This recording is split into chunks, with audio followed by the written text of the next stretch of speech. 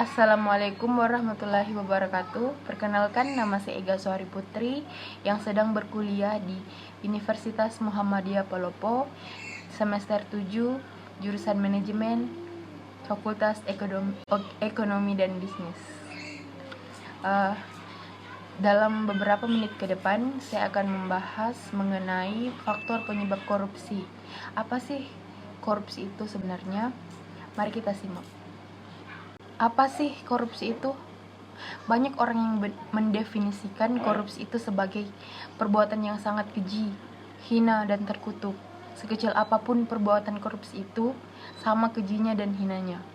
Definisi yang sebenarnya adalah korupsi itu kebusukan, keburukan, kebejatan, ketidakjujuran, dapat disuap, tidak bermoral, menyimpang dari kesucian. Oh, sungguh korupsi itu sangat hina dan keji, kawan-kawan sekalian. Mengapa sih korupsi itu terjadi?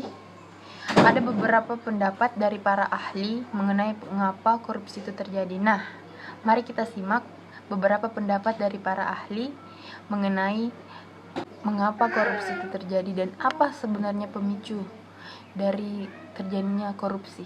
Nah, yang pertama itu pendapat dari Ansari Yamamah. Menurut beliau, faktor penyebab korupsi yaitu ketika perilaku materialistik atau konsumtif masyarakat serta sistem politik yang masih mendewakan materi, maka dapat memaksa terjadinya permainan uang dan korupsi. Korupsi akan terus berlangsung selama masih terdapat kesalahan tentang cara memandang kekayaan. Semakin banyak orang salah dalam memandang kekayaan, semakin besar pula kemungkinan untuk melakukan kesalahan dalam mengakses kekayaan. Bagaimana menurut Anda tentang perilaku seseorang yang memandang kekayaan dan uang sebagai suatu hal yang punya arti segala-galanya? Bagaimana? Pendapat yang kedua dari Isa Wahyudi. Dia mengatakan bahwa yang dapat menjadi faktor terjadinya korupsi yaitu sifat tamak manusia.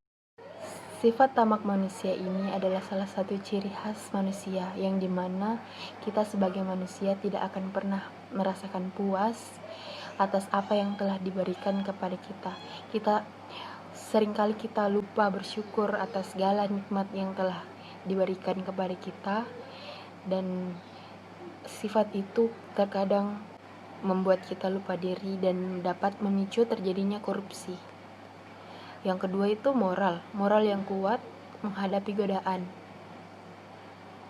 Yang ketiga gaya hidup konsumtif, di mana gaya hidup konsumtif ini maksudnya dia terlalu sering membelanjakan uangnya untuk hal-hal yang tidak terlalu penting bagi kehidupannya.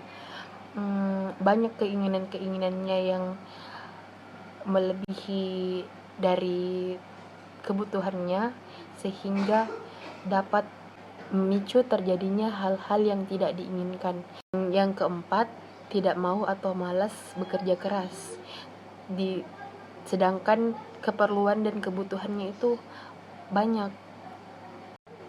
Kemudian kita bergeser ke faktor politik, di mana perilaku korup seperti penyuapan politik uang merupakan fenomena yang sering terjadi.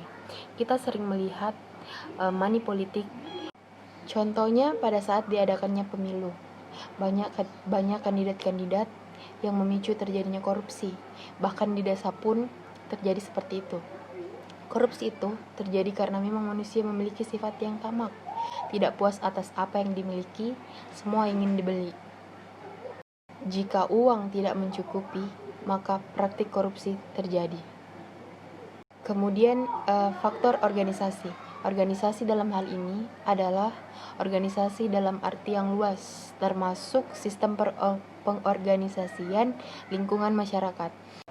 Bisa juga seseorang tersebut masuk di lingkungan organisasi yang sangat buruk yang menciptakan mental korupsi bagi individu yang ada di dalam komunitas tersebut.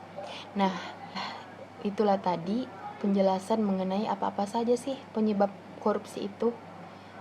Mungkin itu saja penjelasan dari saya mengenai faktor penyebab korupsi. Saya akhiri dengan ucapan wassalamualaikum warahmatullahi wabarakatuh dan terima kasih sudah menonton.